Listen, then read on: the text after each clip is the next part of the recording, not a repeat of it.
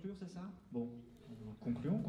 Je vais pas dire grand-chose, je laisse tout de suite très rapidement la parole à Régis Aubry pour clôturer officiellement le colloque. En tout cas, on posait ce matin une question, et cette question c'était quelle est la place du grand public ou de la société civile dans les débats de bioéthique, et puis on voulait voir comment il se situait par rapport aux autres acteurs. Alors il y a toujours cette hypothèse un petit peu, en tout cas on peut en avoir l'impression, à travers les états généraux de la bioéthique, qu'il faudrait valoriser parfois absolument le point de vue de la société civile et des citoyens dans une lecture peut-être un peu rapide de ce qu'est la démocratie. On a vu en tout cas que les citoyens ont un point de vue, mais que les associations peuvent aussi en avoir sur un plan citoyen, à travers la connaissance qu'elles ont des situations précises qui sont discutées, mais que pour autant, ce point de vue, si j'ai bien compris, il faut quand même qu'il soit relativisé, parce que dans le cadre du débat de bioéthique en particulier, on ne milite pas pour une position, on apporte davantage au débat des questionnements que des réponses. On a vu aussi qu'on pouvait peut-être considérer que dans le cadre d'une lecture rapide de ce qu'est une démocratie technique, par exemple, on pourrait considérer que c'est aux citoyens de donner à la société ses orientations, et puis les scientifiques ou les chercheurs en sciences humaines, ils suivent ce mouvement-là, ils mettent en application. Je crois qu'on a vu à travers la table ronde que c'était un peu plus compliqué que ça, parce que les experts ou les chercheurs aussi avaient un point de vue à apporter dans le débat à travers la connaissance de ces questions qu'ils avaient. On a vu aussi que cette expertise, elle avait ses limites, et qu'il y avait même quelque chose dans l'expertise éthique à justement invalider, neutraliser ce que pourrait être une expertise du point de vue des savoirs. Et puis on a vu ce matin aussi qu'on peut peut-être considérer que les citoyens avaient le dernier mot sous les formes peut-être participatives, voire directes, dans les choix politiques qu'ils ont faits, mais on a vu aussi ce matin que cette approche, elle trouvait aussi ses limites. On en a parlé avec Madame Charvier, qui disait que le politique, justement, il est là aussi pour arriver à trouver un point d'équilibre entre les différentes positions qu'on entend, et Monsieur Delatte qui nous rappelait quand même que le rôle du débat parlementaire, c'est aussi de réinscrire tout ce qui est apporté au débat dans l'horizon des valeurs républicaines.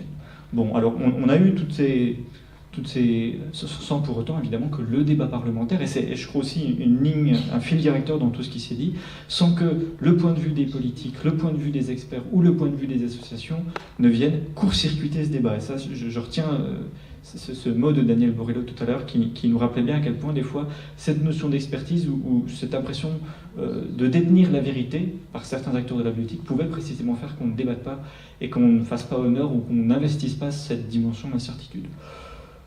Bon, on a vu tout ça au travers de la journée. Moi, en tout cas, c'est ce que j'en retiens. Je vais m'arrêter là. Puis, alors, juste avant de passer la parole à Régis Aubry, quand même, je remercie la ville de Dijon de nous mettre à disposition, quand même, de nous avoir mis à disposition cette salle pour le colloque. Toutes les équipes techniques qui font qu'on a été éclairés, qu'on a eu des micros qui fonctionnaient et qu'on a pu bénéficier de la salle toute la journée. Je m'arrête là pour ma part. Je vous remercie d'être venus. On se retrouvera certainement bientôt pour les prochaines manifestations de l'espace éthique. On a 2-3 petits projets sur le feu, on vous tiendra au courant. Et je donne vraiment la parole à Régis pour clôturer la discussion. C'est toi.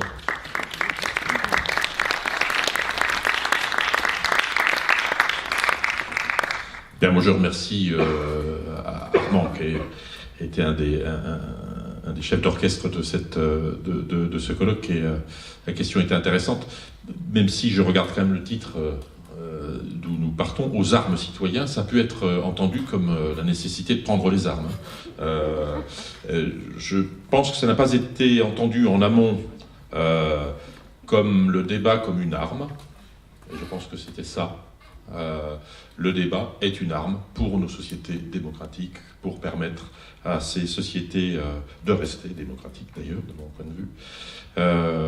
Et je pense que c'est l'arme à laquelle nous faisions référence lorsque nous disions aux armes citoyens, c'était une convocation à participer au débat. Parce qu'un débat auquel les personnes ne participeraient pas, c'est quand même triste. Alors, quelle est la portée du débat, puisque nous en avons discuté sur les questions de bioéthique? Dans quelle mesure le citoyen qui s'investit sur des questions qu'il serait dangereux de confisquer aussi bien, de limiter aux professionnels, aux experts, ou à ceux qui se définissent comme tels. Quel risque il y aurait aussi à enfermer le débat du point de vue des seuls parlementaires. C'est un peu ce dont nous avons essayé de discuter aujourd'hui. La réalité est à la croisée de ces différentes visions. Je pense que le débat doit concerner les citoyens et les parlementaires. Je le redis, excusez-moi pour les répétitions, je trouve dommage qu'il n'y ait pas eu plus de parlementaires pour venir débattre sur ces questions aujourd'hui, mais j'ai compris que les parlementaires, c'est ce que vous m'avez expliqué, étaient occupés. Mais enfin, on aurait pu considérer que c'était une occupation qui aurait pu les intéresser également, et que cette question les interpellant, ils viennent au moment où nous en parlons pour pouvoir débattre, mais j'entends bien cela également. Au terme de notre réunion, je crois qu'on n'est peut-être pas plus clair qu'au début de notre réunion, c'est-à-dire que le fait de débattre dans notre société est quelque chose de très compliqué. Le fait de vouloir enfermer le débat dans tel ou tel champ, je posais la question du militantisme du débat tout à l'heure, c'était pas dans le sens du jugement, mais de la critique. On ne peut pas débattre si on est partisan, quelque part. En tout cas, on ne peut pas débattre si on est sûr de soi. On ne peut pas débattre si on n'a pas, si on n'est pas prêt à changer d'avis. Et du coup, est-ce que les modalités, je reviens aux lois de bioéthique et à la façon dont le parlementaire a sollicité les états généraux de la bioéthique pour qu'il y ait un débat, moi j'appelle de mes voeux maintenant que ces débats ayant eu lieu, et peut-être non, le mot est peut-être stupide, mais en tout cas, peut-être ne faut-il pas, pendant une période, réfléchir à ces questions, mais y réfléchir dans la durée.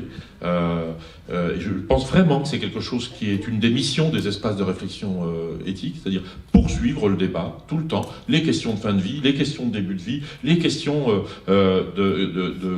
qui vont tourner autour de l'intelligence artificielle, par exemple, doivent faire débat. Alors je ne le dis pas au hasard, puisque c'est un des enjeux probables de nos réflexions dans l'année qui va venir, toutes les questions éthiques qui vont être posées par le développement de l'intelligence artificielle dans le champ de la santé en particulier.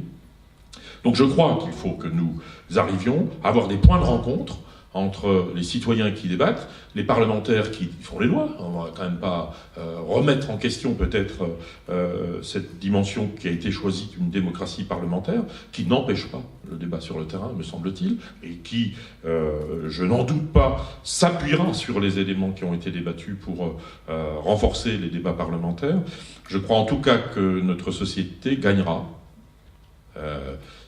à investir, via les citoyens qui la composent, ces temps de questionnement, ces temps d'investissement de ce qui fait difficulté. Alors on n'est pas tellement incité à cela. Alors nous, on vous invite un samedi, 3 novembre, à venir discuter de questions qui ne sont pas très marrantes. Mais je terminerai mon propos aussi par une invitation à ce que ceux qui sont chargés de faciliter le débat, qui sont les médias, investissent un peu plus ces questions. Je trouve, qu'en allumant mon poste de télévision, je trouve peu d'occasions de développer, alors peut-être la chaîne parlementaire quand même, c'est vrai. Enfin, c'est quand même malheureux que ce soit la chaîne parlementaire qui soit un des seuls espaces sur lesquels on ait matière à réfléchir. Alors c'est sûr, quand je zappe le soir d'une chaîne à une autre, j'ai du mal à trouver matière à réfléchir. Je trouve matière à m'endormir assez facilement, je sais pas vous, mais je trouve que c'est assez... mais je ne pensais pas que les médias étaient destinés à cette fonction de faciliter l'endormissement des gens qui ont du mal à trouver le sommeil, mais je trouve qu'il faudra, peut-être par le biais des parlementaires, que nous réinvestissions la place des médias autour d'une société qui, si elle oublie de réfléchir, si elle oublie de penser les risques qu'il y a à confier le débat à autrui, se perd elle-même. Voilà, écoutez, avant qu'on ne soit plus que tous les 4, je vous propose que nous arrêtions cette journée. Je vous remercie beaucoup. Je remercie effectivement tous les organisateurs, et au sein même de l'espace de réflexion éthique, mes propres collègues, d'avoir œuvré pendant 1 an à ce que ce débat puisse avoir lieu.